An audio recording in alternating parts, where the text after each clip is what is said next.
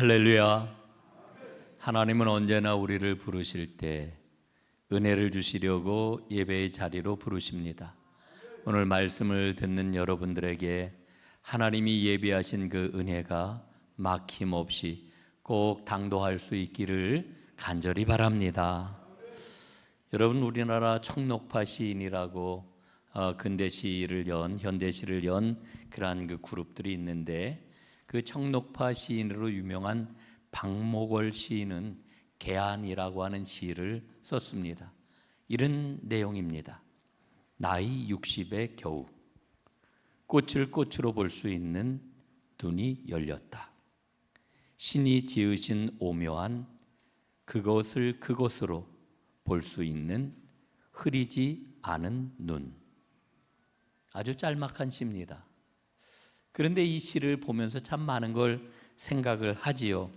하나님이 지으신 그 오묘한 것을 오묘한 것으로 볼 수 있는 흐리지 않는 눈, 그 눈은 우리의 시력하고는 상관이 없는 그런 눈이겠지요.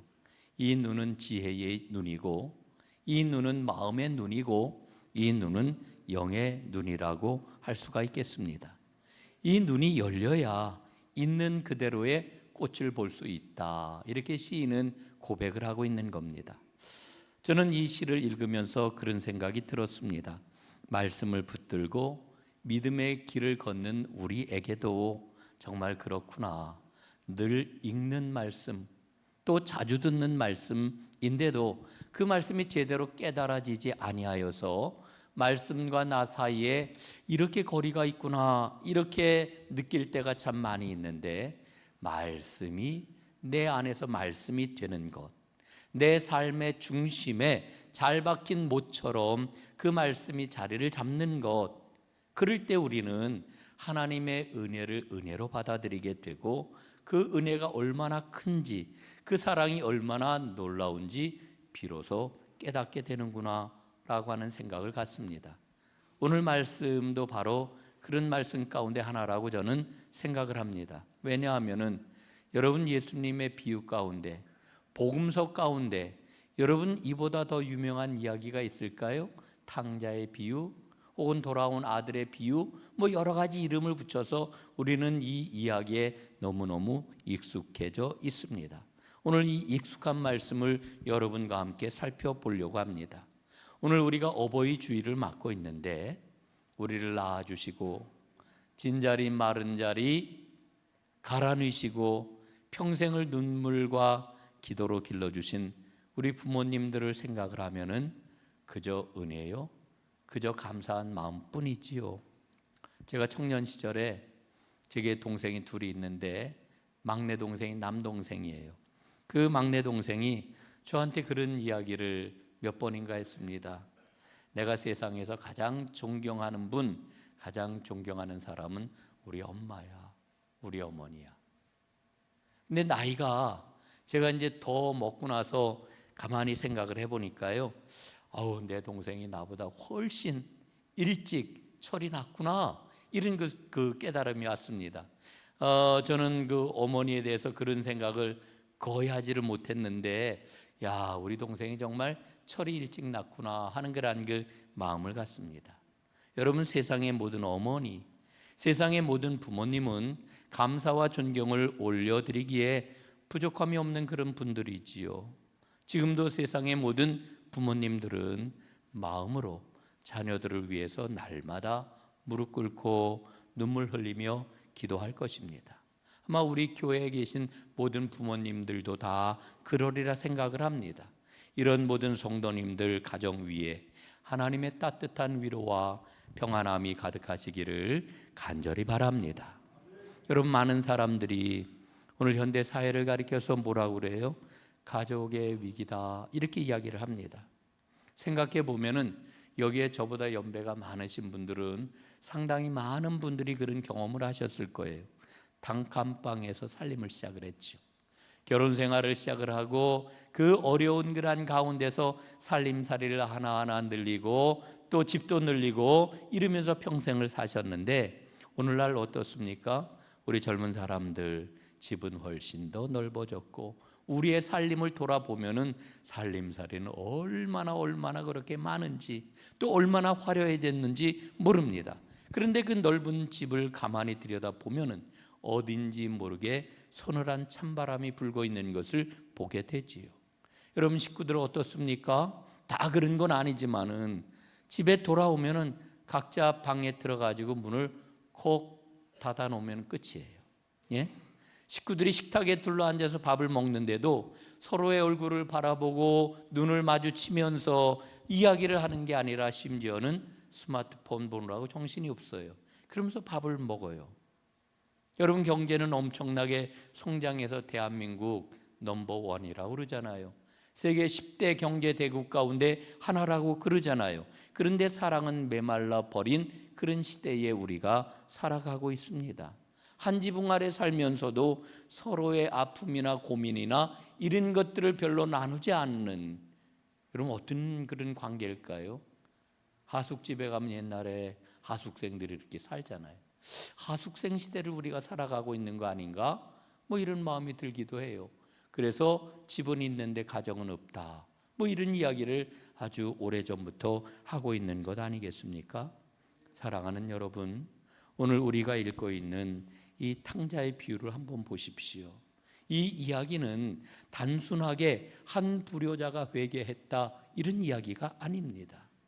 여러분, 이 이야기 속에는 상처받은 아버지, 그리고 엇나간 두 아들, 오늘날 가정이 안고 있는 뼈아픈 현실을 고스란히 보여주는 그런 이야기라고 하는 것을 우리는 발견합니다.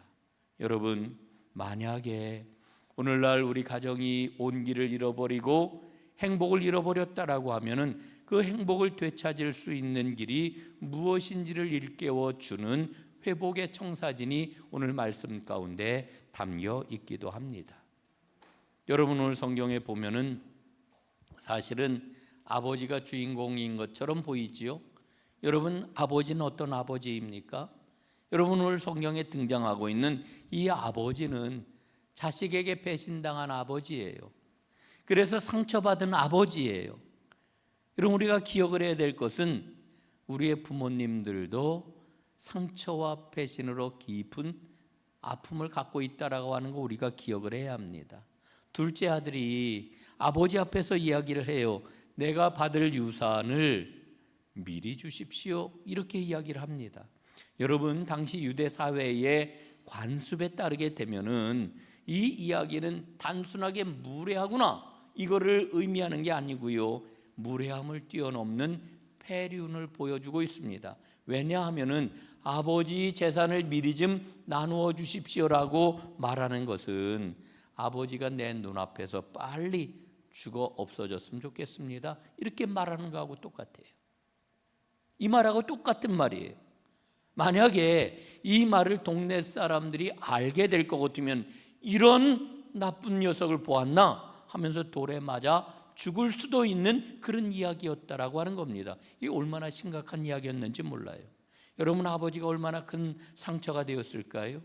아버지가 얼마나 큰 모욕감을 느꼈을까요? 그러나 오늘 이 아버지는 아무 말 없이 둘째 아들에게 재산을 나누어 줍니다. 아들은 손에 돈을 쥐게 되었어요. 얼마나 신났겠습니까? 그래서 그걸 다 이제 바꾸어 가지고 먼 나라로 떠났습니다. 이 아들이 어떻게 되었다고 그래요? 허랑방탕하게 살았다고 그러지요. 가지고 있는 돈 모두 다 탕진했다고 그러지요. 그리고는 유대인들이 가장 혐오하는 짐승이 있는데 그 짐승이 뭐예요? 돼지예요. 돼지 치는 사람이 되었대요. 그러니까 이 사람의 신세는 가장 처참하고 가장 밑바닥 인생이 되었다라고 하는 것을 보여주는 겁니다. 그런데 그것 가지고도 부족해가지고 이 흉년이 너무 심하게 들어서 먹을 게 없어서 돼지를 치면서 돼지가 먹는 쥐엄나무 열매를 어떻게 해서든지 건져 먹으려고 했는데 그것마저도 없었다, 이렇게 일러주고 있잖아요.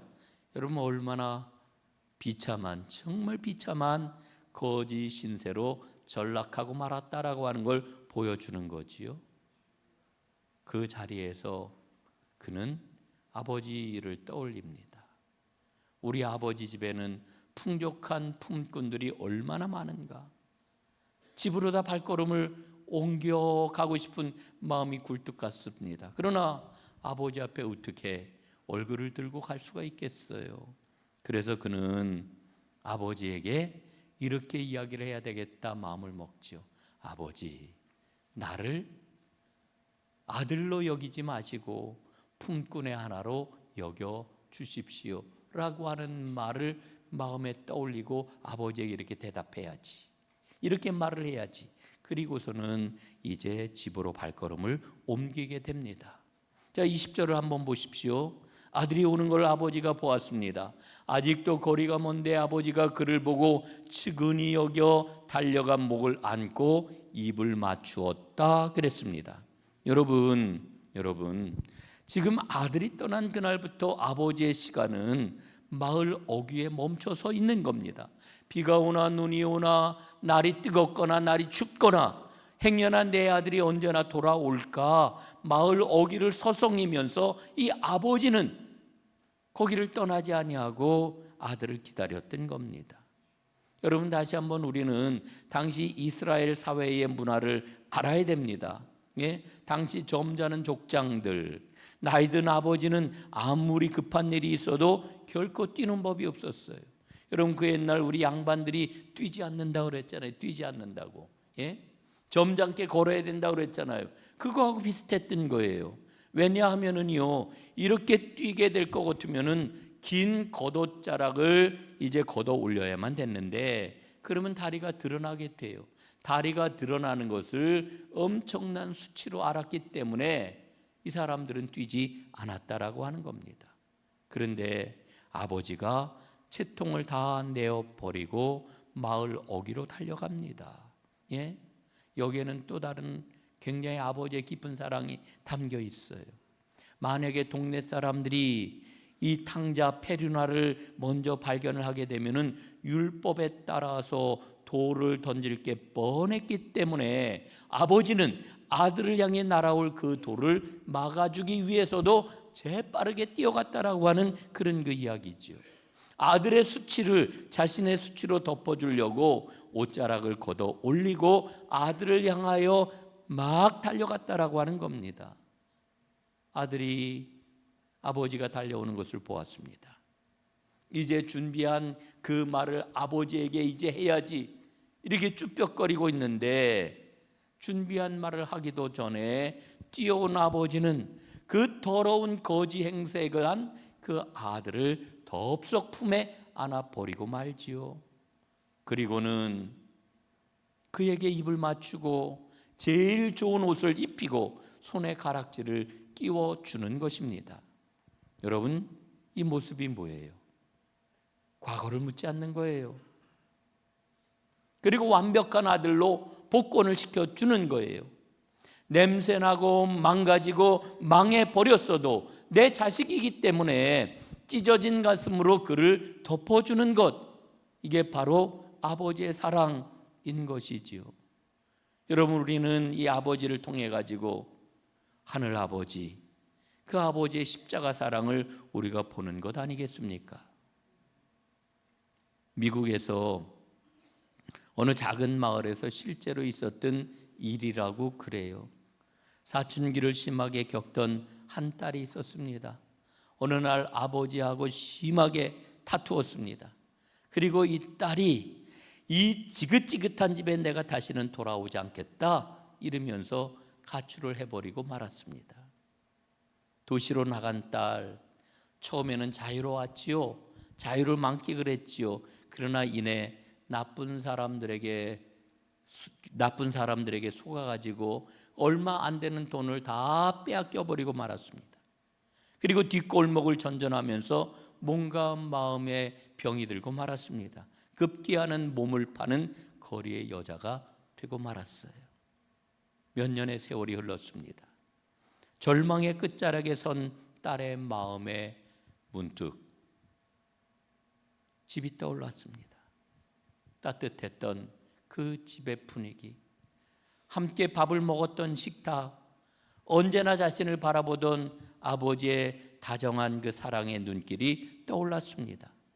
그런데 마음의 생각이 되기를, 아버지가 정말 나를 받아주실까? 나를 호적에서 파내버린 것은 아닐까? 그 마음에 선뜻 집을 향해 가지를 못했습니다. 그렇게 여러 날을 고민하던 이 딸이 자기도 모르는 그 끌리는 힘에 이끌려 가지고서는 집을 향해 발걸음을 떼어놓게 되었지요. 한밤중에 몰래 자기의 집 앞을 찾아갔습니다. 두려운 마음이 가득했습니다. 창문에는 불이 꺼져 있었습니다. 조심스럽게 계단을 올라 현관 앞에 섰지요. 문 손잡이를 돌려 보았는데 놀랍게도 딸깍 하고 문이 열리는 것이었습니다. 현관으로 들어선 딸, 거실로 들어가는 문을 조심스럽게 열어봅니다.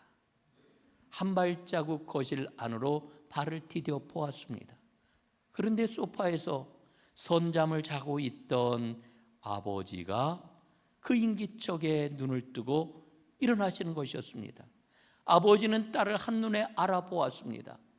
딸을 향하여 달려와서 그 딸을 가슴에 안고 하염없이 눈물을 흘립니다.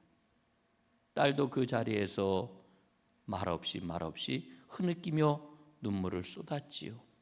한참을 그러고 있었는데 딸이 이렇게 이야기를 해요. 아빠, 세상이 이렇게 험한데 왜 밤에 문도 안 잠그고 여기서 주무세요? 그러자 아버지가 대답을 합니다. 딸아, 내가 집을 나간 그날 밤부터 단 하루도 현관문을 잠근 적이 없단다. 행여나 내가 밤늦게 돌아왔을 때 문이 닫혀 있으면은 내가 다시 돌아갈까 봐 하루도 문을 잠글 수가 없었단다. 여러분, 이게 우리 부모님의 마음이죠. 자식이 아무리 마음을 아프게 해도 그 자식을 위해서 결코 마음의 문을 닫을 수 없는 것, 이게 바로 부모의 마음 아니겠습니까? 여러분, 오늘 성경은 이 아버지의 마음, 부모님의 마음을 우리에게 분명히 보여주고 있습니다. 그런데 오늘 말씀을 계속해서 보면은 이 본문에는 집 나간 둘째 아들만 있었던 게 아니라 이 비유의 진짜 이야기, 이 가정의 가장 깊은 비극이 사실은 집에 남아있던 큰아들에게 있었구나라고 하는 것을 우리에게 일러줍니다.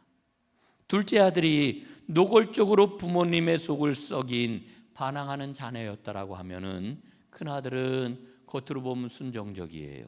그러나 속으로는 완전히 아버지와 남남처럼 살아가는 냉소를 보이는 그런 자녀였던 거지요. 밭에서 땀 흘려 일을 하던 큰아들이 집으로 돌아옵니다.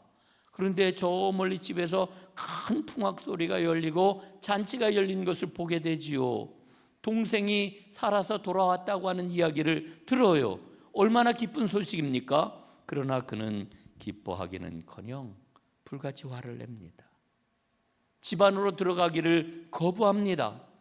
집으로 안 들어가고 있었는데 밖으로 달래러 아버지가 나오시지요. 그 아버지를 향하여 이 큰아들은 분노를 터뜨립니다.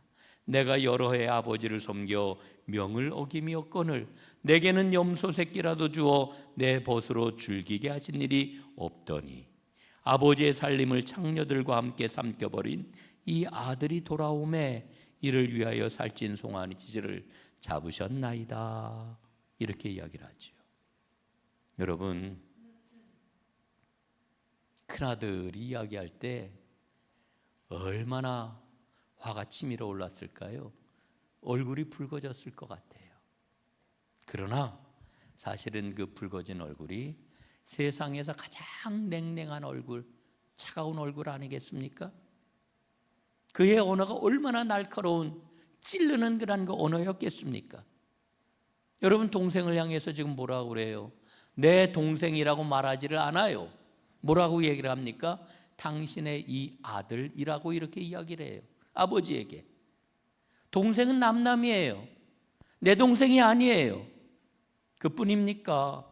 그는 아버지를 사랑해가지고 일한 게 아니었어요. 오늘 성경에 보면은 아버지를 섬겼다 그랬는데 그 단어는 원어로 보게 되면은 종노릇했다라고 하는 뜻을 갖고 있어요. 그는 아들이 아니라 종처럼 억지로 밭에 나갔던 거예요. 마음속엔 뭐가 가득했을까요? 보상심리. 그렇게 채워지지 않으니까 서운함으로 그 마음이 딱딱하게 굳어 있었던 것이지요. 예?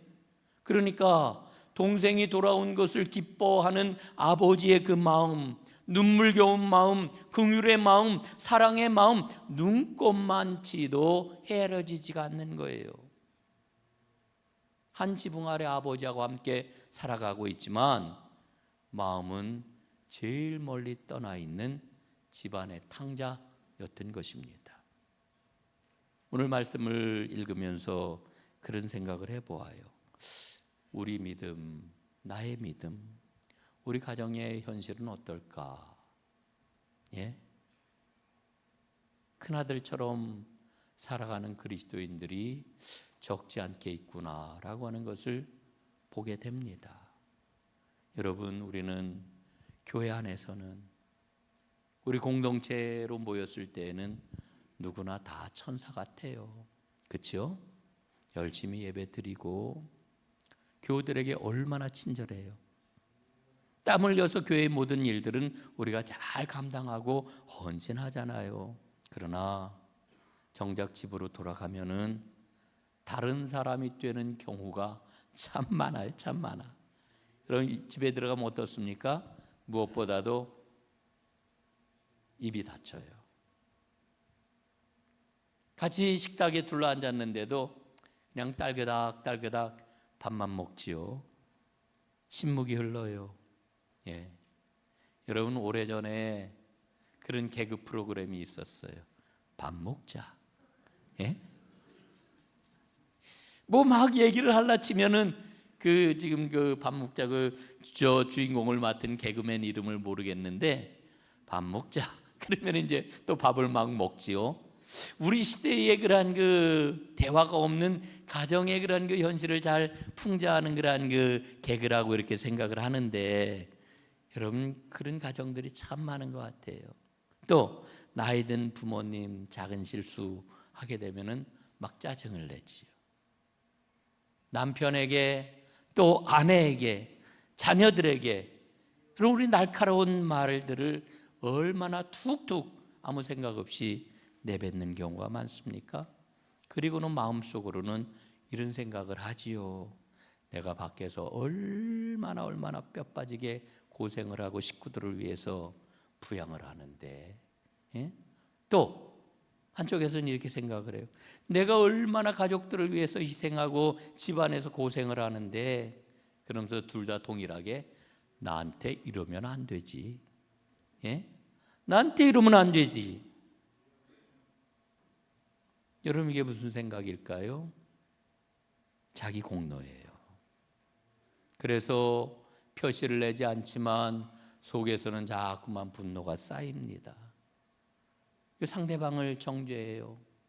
식구들을 정죄해요. 여러분, 어떻게 보면은 우리는 세상에서 탕자처럼 방황하는 둘째 아들보다 교회에서나 집에서나, 예? 가족들의 마음속에 찬바람을 쌩쌩 일으키는 큰아들 병에 걸려 있는지도 몰라요. 우리 자신을 우리는 좀 깊이 돌아봐야 됩니다.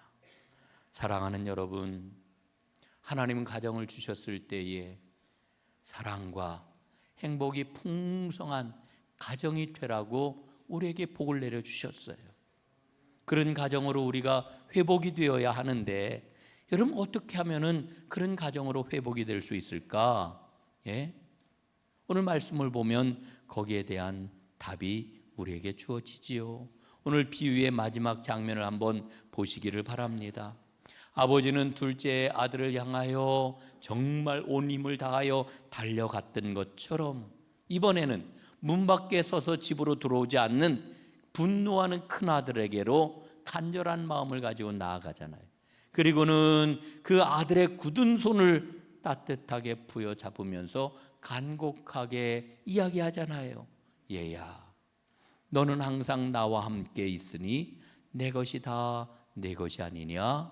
이 내 동생은 죽었다가 살아났으니 우리가 함께 즐거워하고 기뻐하는 것이 마땅하지 아니하냐? 이렇게 말씀을 하고 있는 거지요. 여러분, 행복은요, 행복은 서로를 향한 용납이 회복될 때에 행복이 찾아오는 겁니다. 우리는 모두 다 너나 할 것 없이 허물로 가득한 사람들이에요. 허물투성이에요. 이거 우리가 꼭 기억해야 합니다. 그래서 허물투성이라고 하는 것을 우리가 확실하게 기억을 하고, 돌아온 탕자도 집에 있는 큰아들도 다 아버지의 식탁에 함께 둘러 앉아서 먹고 마시고 즐거워할 때 비로소 하나님이 복 내려주시는 천국이 될 수가 있는 거지요. 사랑하는 여러분, 이번 어버이 주일에 우리 모두 다 그런 마음을 먹었으면 좋겠습니다. 탕자처럼 부모님의 마음에 상처를 드린 일이 있다면 마음의 문을 열게 해달라고 기도하시고, 부모님에게 내가 잘못했습니다, 그런 용기를 낼 수 있었으면 참 좋겠습니다. 또한 우리가 식탁에서 차갑게 굳어버린 큰아들처럼 냉소적인 모습을 보이는 게 우리에게 남아있다라고 하면 그 굳은 마음 주님의 십자가 아래 내려놓을 수 있기를 간절히 바랍니다. 여러분, 정죄하고 판단할 때 뭐가 생길까요? 짜증이 나요. 짜증은 그냥 나오는 게 아닙니다. 짜증의 이면에는 뭐가 있느냐? 정죄함이 있고요, 판단하는 게 있어요. 여러분, 정죄와 판단을 우리가 내려놓는다라고 하면은 정말 성숙한 사람이요, 깊은 믿음의 사람일 것입니다. 여러분, 큰 믿음이 어떤 믿음이라고 생각하세요? 1시간 기도하는 거, 그거 중요해요. 1시간 기도해가지고 우리에게 주시는 하나님의 성령의 열매가 뭐예요? 판단을 그치는 거예요. 정죄하지 않는 거예요. 내가 먼저 우리 식구, 내 가족 손을 따뜻하게 잡아줄 수 있기를 간절히 바랍니다. 여러분, 상처는 가장 가까운 사람에게서 받는다 그러잖아요.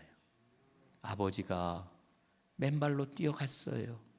그 아버지의 넓은 사랑, 그 사랑이 우리 마음에 임할 수 있기를 간절히 바랍니다. 세상에 완벽한 부모는 아무도 없어요. 예? 세상에 완벽한 자녀도 아무도 없어요. 저는 우리 그 두 아들에게 참 미안한 마음이 너무너무 커요. 제가 아이들 어렸을 때 잘못한 게 많거든요. 제일 큰 잘못이 뭐냐 하면은, 애들이, 우리 큰애가 언젠가 그래요. 아빠는 약속도 안 지키는 사람. 예? 애하고 약속을 해요. 걔 어디 놀러 가자, 언제 놀러 가자, 언제 뭐 하자. 그런데 이 목사의 운명이, 그때는 그걸 제가 운영을 잘 못했어요. 젊어서 잘 모르기 때문에. 교회에 일이 있으면은 언제나 아이들하고의 일은 뒤로 다 밀리게 되어 있어요. 미안해, 다음에 하자, 언제 하자, 뭐 하자, 자꾸만 밀리니까, 지금은 이제 뭐 아이들이 다 컸으니까 그걸 다 이해를 합니다만은, 아빠는 약속도 지키지 않는 아빠, 예?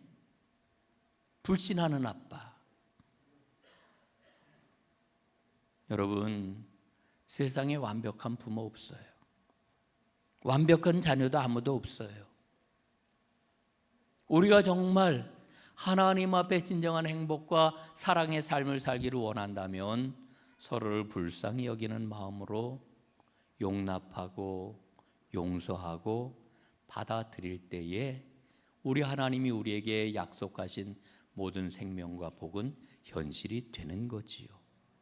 오늘 우리가 읽고 있는 누가복음 15장의 말씀이 상처 있고 단절된 우리 가정에 따뜻한 치유의 역사를 불러오는 생명의 말씀이 될 수 있기를 주님의 이름으로 축원합니다. 기도하겠습니다.